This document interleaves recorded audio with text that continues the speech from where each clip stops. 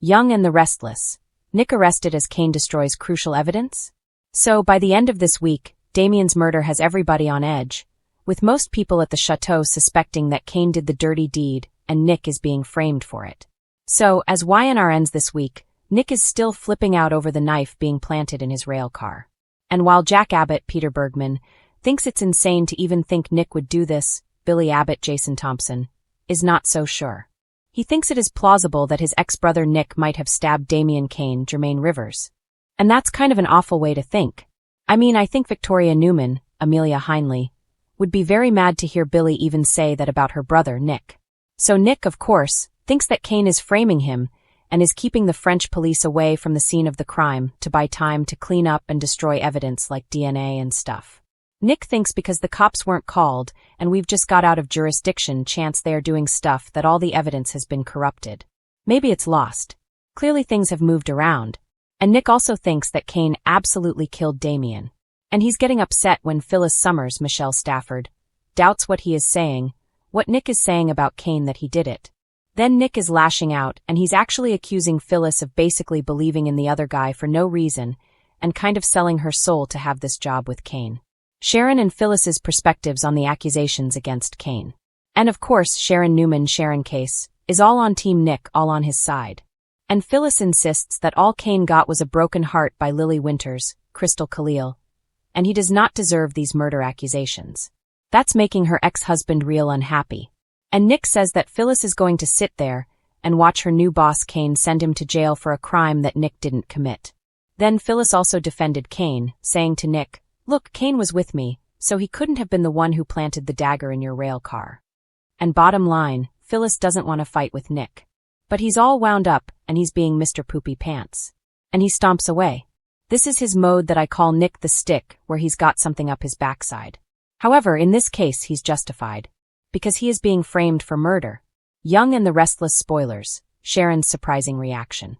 So Sharon's actually being nice to Phyllis, who again says Kane's innocent. She says she could tell he's not guilty, just by the look on his face. And Sharon and Phyllis are debating at the end of the week on Young and the Restless who would frame Nick for Damien's murder. Phyllis and Sharon think that the Abbotts and the Winters would not be doing this. So they wouldn't be framing Nick. And in Phyllis's mind, she's thinking that that leaves Sally Spectra, Courtney Hope. You know, Sharon's talking about Audra Charles, Zuleika Silver, and they're talking about the people that work for Kane, including Carter and Amanda Sinclair, Miss Hale Morgan. And we know there's some other random staff kicking around. Next week's drama, Victor's investigation, and Nick's house arrest. But next week, things are going to get much worse for Nick Newman. So first of all, his dad, Victor Newman, Eric Braden, is not happy about the framing and all this. And he is grilling Kane's assistant, that sneaky little guy Carter. Victor is basically accusing Kane of killing Damien and wants to know from Carter if Kane confided in him his plan to murder Damien Kane. And Carter is telling Victor that he would do anything for Kane. But not what Victor's suggesting. So Nick's dad is clearly very worried about the frame job. And also next week, Carter shows up at Nick's door on the rail car, and he's got a security guard with him. So Nick's not happy and is like telling Carter, "What do you want?" Nick's already mad and Carter says they are going to place Nick under arrest. Now again, it's just a security guard. So they're calling it house arrest. But with real cops on the way, this could turn into a real arrest. And Carter tells Nick that taking him into custody is for Kane's safety and the peace of mind of the rest of the guests. I don't think any of the other guests are worried Nick's going to murder them, and you know this is not going to go over well with Nick because they're basically coming to his door and saying, "We think you killed Damien, and we think you're still plotting to kill Kane." Security footage tampering and Chance's investigation. So, speaking of Lily Winters' ex-husband, Chance Chancellor, Connor Floyd, and Kane are together reviewing all the security footage from those cameras he's got placed all around the property. And then when it gets to the location in the maze and the time of the murder, well, there's no footage. Looks like the cameras were turned off or something was deleted. So Chance wants to know who has access to this area and Kane's like, me and Carter and Amanda. So, Chance assumes that it's either Carter or Amanda that deleted some of this footage. Kane insists it's not him, because he said the footage would have proved that he's innocent. And based on what we saw in the episode, yeah, it would have. And so, next week, Amanda comes into Kane's office where the camera feeds are. She sees him going back through all the security footage. So Amanda asks Kane what he's doing. He says he is trying to find the footage. But Amanda is worried that Kane is in there deleting footage that might be evidence. And Amanda tells Kane that's the worst thing he can do. But interestingly, he actually thinks Amanda was the one deleting footage. So that means it could be Carter doing it, since both Amanda and Kane, if they're being truthful, they're telling each other that they're not the ones doing it. And Carter seems like a dodgy dude. More danger in Audra's fear. Also, there's more danger afoot next week on Young and the Restless. At the end of this week, Chance Chancellor tells Nick that some of the surveillance footage is missing. And of course Nick totally loses it. Then he says that Kane is manipulating and setting up things. Nick wants Chance to do something. But of course he's got no jurisdiction. And then Kane walks up on them. Nick promises he's going to get to the bottom of this before. This is important before someone else is hurt or killed. So there is more danger next week. Somebody is watching other guests and lurking, kind of like they were before the attack on Damien. And next week, we're going to see Audra and Lily possibly in danger. But hey, if you haven't seen Friday's episode yet, also just real quick, you know what? Audra is so upset about the murder that she goes to tell Kyle Abbott, Michael Mealer, that Damien was killed. And guess what? Kyle answers the door, dripping wet in this low-slung towel. All the abs on display, nothing else on. And Audra is acting all scared, which seems legit. She is. But then she tells Kyle that she feels safe with him. And Audra and Kyle start kissing. We knew they were going to cross lines this week. So next week, we'll find out just how far that went. Audra and Lily in danger in the maze. And also next week, Audra Charles is in the maze with Lily Winters, and they hear something, and Audra seems really scared, and she's calling out who's there. And she was already scared, before, and then she got that kiss from Kyle that seemed to calm her down. Streets of Genoa City are buzzing with whispers, speculation, and outright panic as the latest whirlwind of events threatens to turn the town upside down. At the center of it all, Nick Newman. The man who has faced betrayal, corporate warfare, and family betrayal seems to have finally met a roadblock he might not overcome. Rumors are flying, and fans are holding their collective breath as reports surface. Nick Newman has been arrested. But behind this shocking development lies a twist that only Genoa City could deliver. A critical piece of evidence that could have cleared his name may have been deliberately destroyed. And the person responsible? None other than the enigmatic and cunning Kane Ashby. The arrest that shocked Genoa City.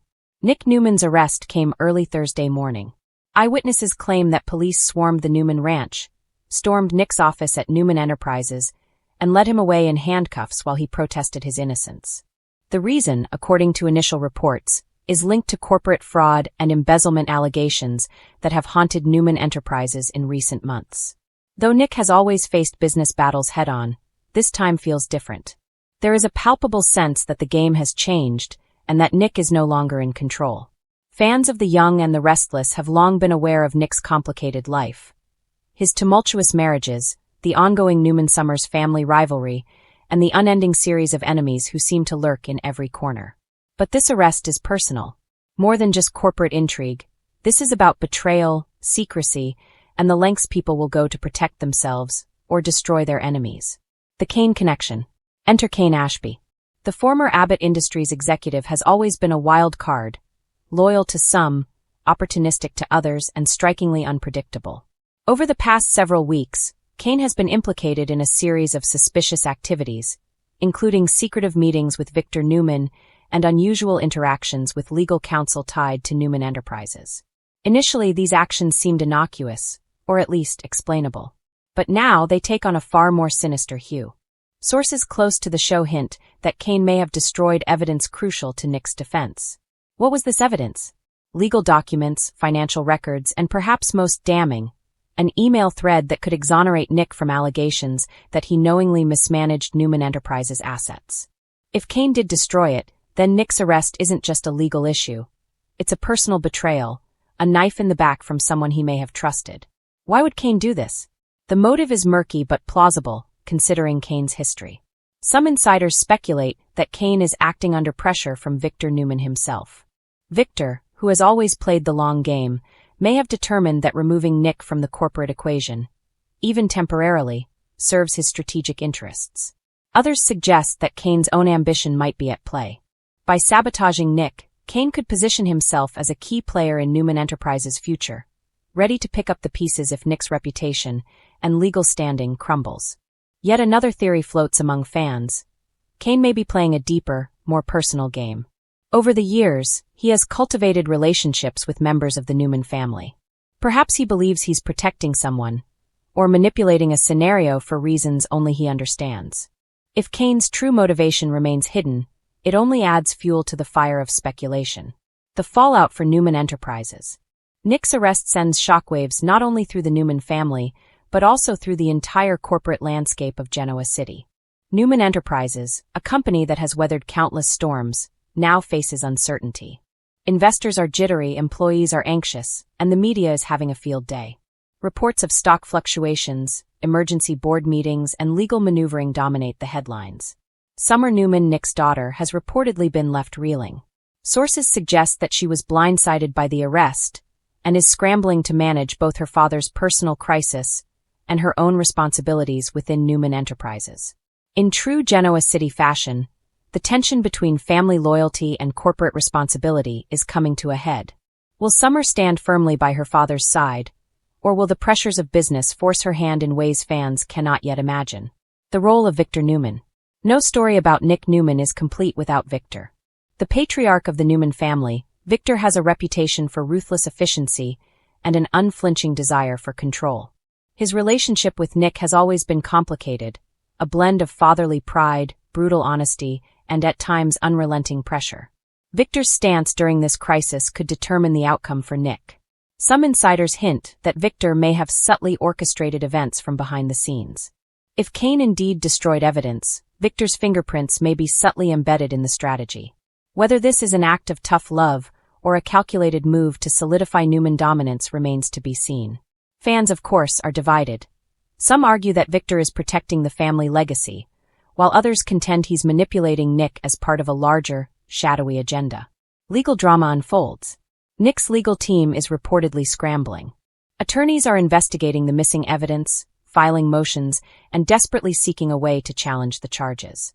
While legal experts within the show's storyline debate options, viewers can anticipate courtroom drama, emotional confrontations, and shocking reveals. The potential destruction of evidence by Kane complicates the legal landscape, creating an uphill battle for Nick that could take weeks, or even months, to resolve. Meanwhile, Genoa City's gossip mill is in overdrive. Social media platforms, fan forums, and even tabloids are dissecting every detail. Fans debate tirelessly. Did Kane act alone? Was he coerced? Could Nick prove his innocence without the missing documents? The speculation adds a level of engagement that the show thrives on, blending corporate intrigue with personal drama. The emotional toll. Beyond business implications, Nick's arrest takes a deeply personal toll. His wife, Sharon, is reportedly devastated. Sharon has stood by Nick through countless trials, including legal troubles and family betrayals. But the prospect of her husband being incarcerated, even temporarily, threatens their relationship and family stability. Additionally, other Newman family members, including Victoria and Adam, are caught in the crossfire. Their loyalties are tested, and their own personal agendas may intersect with the unfolding drama. Adam, with his history of rivalry and reconciliation with Nick, may face difficult decisions. Does he help his brother, or seize the opportunity to gain leverage in the ongoing Newman power struggle? Fan reactions, shock, anger, and speculation. Social media reactions have been immediate and intense. #FreeNickNewman trends as fans demand justice, speculate about Kane's motivations, and debate Victor's role in the crisis. Longtime viewers note the irony. Nick, who has endured countless plots, betrayals, and corporate scheming, may finally be undone not by an external enemy, but by someone within his Crimson Lights felt heavier than usual that morning. Sharon Collins sat at her usual corner table, cradling a lukewarm cup of coffee as though it were a lifeline. Her eyes flicked nervously toward the door every time it creaked, every shadow casting suspicion. The news had come down like a thunderclap. Kane Ashby, her Kane, the man who had once held her heart and her trust so effortlessly, now faced allegations that threatened to dismantle everything she thought she knew about him. Sharon's mind was a storm of disbelief and hurt. She remembered the first time Kane had entered her life in Genoa City, not as a man seeking to make an impression, but as someone quietly steady, someone whose presence was a balm to her tumultuous world. He had been her safe harbor when she'd faced heartbreak, her partner through moments that made her laugh so hard she forgot the world. Now every memory was tinged with doubt. The accusations, serious, legal, and devastating, couldn't simply be brushed aside. Could he really? She whispered aloud to no one in particular, the words catching in her throat. Sharon had spent years protecting those she loved, often at the cost of her own peace. But now protecting Kane felt impossible. Her first instinct was denial.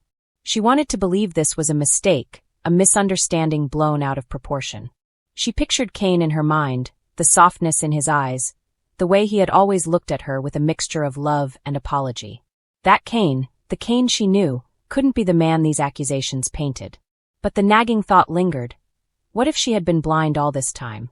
Meanwhile, across town, Phyllis Summers sat in her opulent office at Newman Enterprises, staring at the glowing screen of her laptop.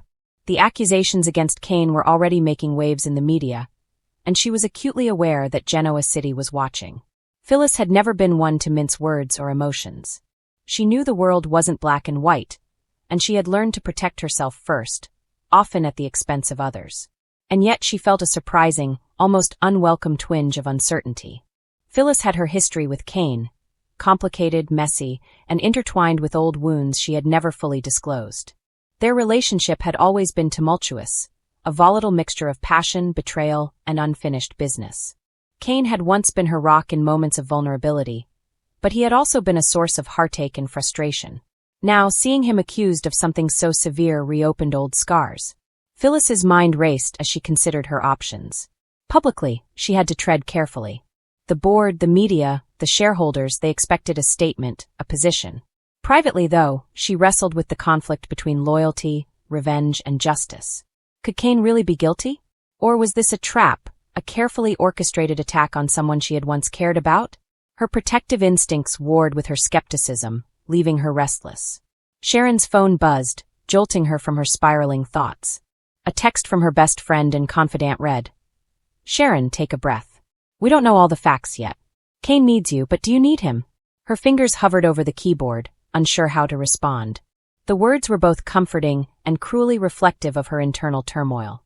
She wanted to be Sharon Collins, the woman who always forgave, who always gave second chances. But the reality was more complicated. Kane's alleged actions weren't small indiscretions. They struck at the core of morality and trust. And yet, the Sharon in her heart, the one who remembered the late nights, the whispered promises, the shared laughter, wanted to reach out, to fight for the man she loved, no matter how far he seemed to have fallen. Phyllis, on the other hand, received her own unsettling message. It was from a former source within Newman Enterprises, a whisper of insider knowledge. Kane may be in deeper than anyone realizes. Watch your back. Phyllis exhaled sharply, a cold shiver running down her spine. She had navigated corporate warfare before, but this was different. Kane's alleged misdeeds weren't just business. They were personal, and they tugged at corners of her conscience she had long buried. She remembered nights of quiet conversation with him, moments when she had confided secrets she hadn't told a soul.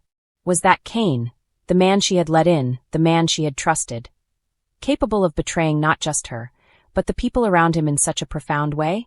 Sharon returned to the coffee table, rubbing her temples. Memories of Kane's reassuring embrace collided with flashes of anger from past fights.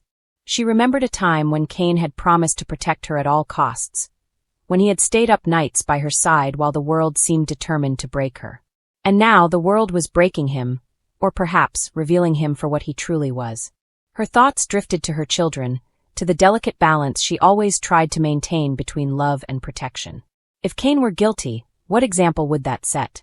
What message would it send about forgiveness, trust, and integrity? Her maternal instincts wrestled with her heart's desires. She didn't want to believe he could be capable of harm, yet she couldn't ignore the weight of the accusations. Phyllis, meanwhile, was pacing her office, the faint hum of the city below her window a constant reminder of reality. She had long been a master of strategic thinking, of weighing risks and consequences. Kane's situation was now a chessboard, and every move had to be deliberate.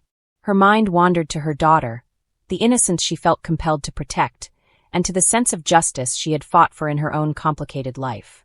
Could she intervene? Should she speak up?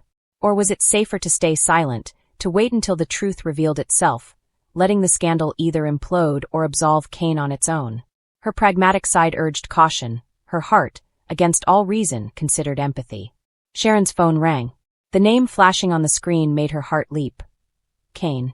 She hesitated, breath catching in her throat. Should she answer? Could she face the possibility of hearing a truth that shattered her completely? Sharon, Kane's voice came through quiet, tense. We need to talk. Please, just hear me out. Sharon swallowed, steadying herself. I'm listening, she said, though her voice trembled. Kane's words were measured, filled with a careful mix of explanation and desperation. He spoke of misunderstandings, of events twisted by perception and circumstance. He didn't deny the accusations entirely, but he pleaded for her understanding, for her patience. Sharon felt the familiar pull of love, the one that had always drawn her back to him. And yet, the shadow of doubt lingered, whispering that love alone might not be enough to shield them from the storm. Phyllis watched Sharon's internal struggle unfold in her mind's eye, imagining how she might counsel the woman she considered both a rival and a friend. She admired Sharon's strength, her unwavering capacity for compassion, even in moments of vulnerability. Yet Phyllis knew that Kane's alleged actions demanded scrutiny, not blind faith. If she were Sharon, she would need to navigate the fine line between loyalty and discernment.